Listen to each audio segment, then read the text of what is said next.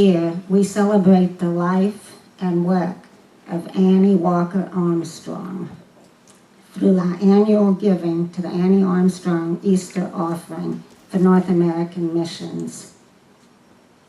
As a tireless servant of God and a promoter of missions throughout the world, Annie rallied churches to pray more, give more, and do more to send missionaries to reach people for Christ. As part of the Southern Baptist family, we have missionaries that we support through prayer and monetary gifts so that they can live out their calling. Theirs is a calling to sacrifice for the sake of the gospel. Missionaries are struggling in the context of their circumstances. They experience the same types of celebrations we do when we achieve small and large successes.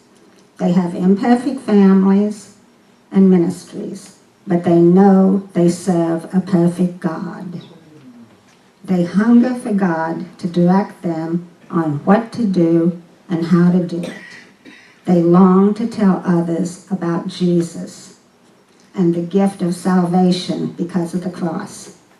Our North American mission boards help Southern Baptist churches like ours send out missionaries throughout the United States and Canada. This DVD that we're about to watch will help connect us with the vision and the mission of reaching North America for Christ.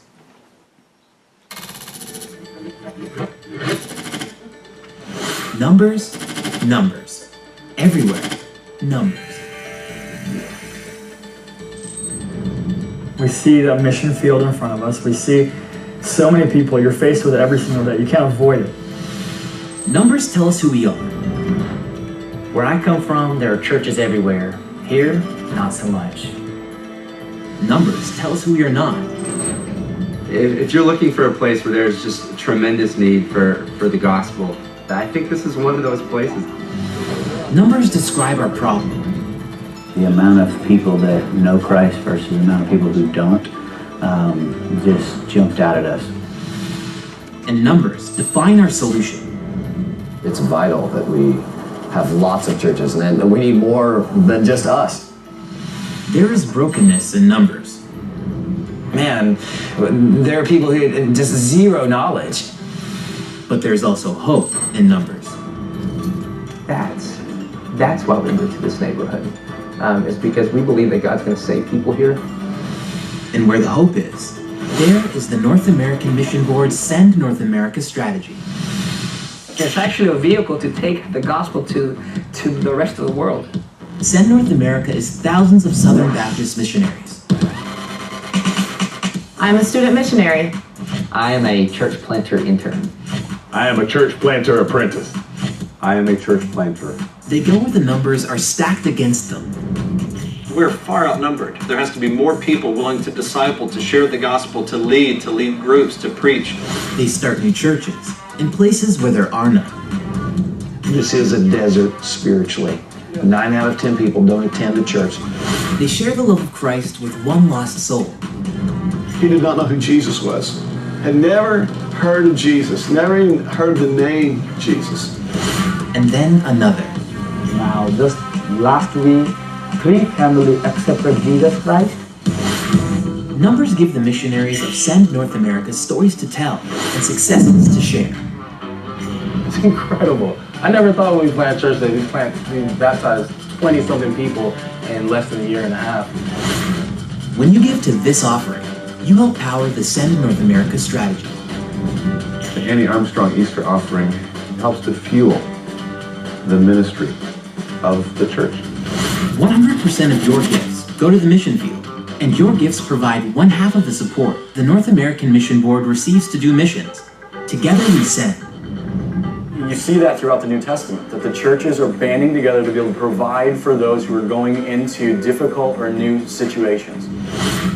Together, we mobilize thousands of church planters and missionaries. Together, we make new numbers. Together, we give. Give online at AnnieArmstrong.com. My name is Travis Kearns, and this is my Send story.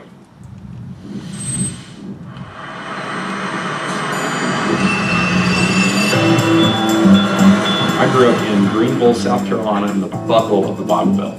No Mormons in my past, but studied Mormonism starting in January of '96, and it really just burned deep down inside me a love for the people that make up the Church of Jesus Christ of Latter-day Saints. With 98% of the population lost, the need here is unbelievable. There's 2.4 million people. 70% of that 2.4 million members of the Church of Jesus Christ of Latter-day Saints are the Mormons. Another 28% are just secular, lost, hate everything about religion. So we are right here in Salt Lake City, believe it or not, in the United States, an unreached people group. What does a Sin City coordinator do? That's a great question. We work with, on one side, planters. So the potential planters, anytime a guy feels called to come to a certain area, we spend some time with him, talking to him, kind of feeling him out, seeing what his life is like, kind of dealing with his call to Salt Lake and work with him and try to help shepherd him through the process. How is the Hispanic fellowship, larger Hispanic fellowship? And on the other side, we work with potential partnerships. We want to try to get more of our Southern Baptist Church family to take on our plants, to support them through prayer, through sending teams, and to send resources to help them. So it's an amazing thing to do. But the story of Salt Lake City is not really about me. The story of Salt Lake City is about our planters. And without the Annie Armstrong Easter offering, we're not here, and this place continues to be the most lost city in the United States. Jesus reached out.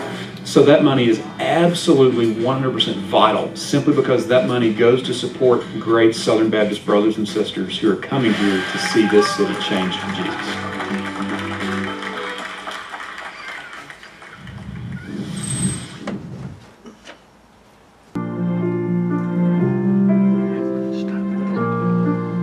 My name is Mark Lacey, and this is my Send story.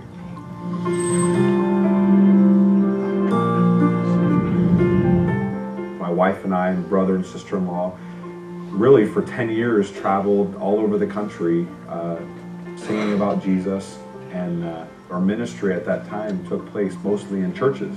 And we often had conversations about how awesome it would be if that church was in Middletown, Delaware,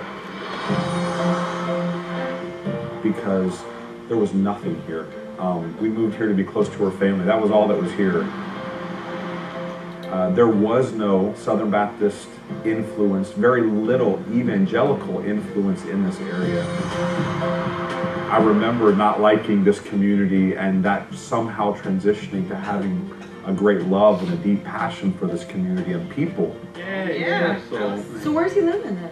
I never had considered myself or desired to be a pastor or to plant a church, but we unknowingly were really kind of tilling the soil for a church plant for 10 years as we built relationships with people, our neighbors, our friends, and still feeling incapable and unqualified and all those different things, felt like we had to do something, so we started a Bible study in our home. Turn in your Bibles to John chapter 1, verse 1. We sent out invitations to just different unchurched neighbors and friends, not knowing if any of them would come. Amazingly, 15 people showed up that night, and more people came every week. It just was clear around the beginning of 2012 that it was time to launch the church. And so in February, we launched Lifehouse Church. We were just being obedient to what God was leading us to do. You know, we obviously worked very hard to invite people, and people are still coming, and God is still blessing. We, as the children of God, have so much to be thankful for, do we not? It's just been miraculous. I mean, we are blown away and never would have imagined all the amazing things that God has done. And looking back, I can't say that it was intentional, but I continue to learn that God is faithful.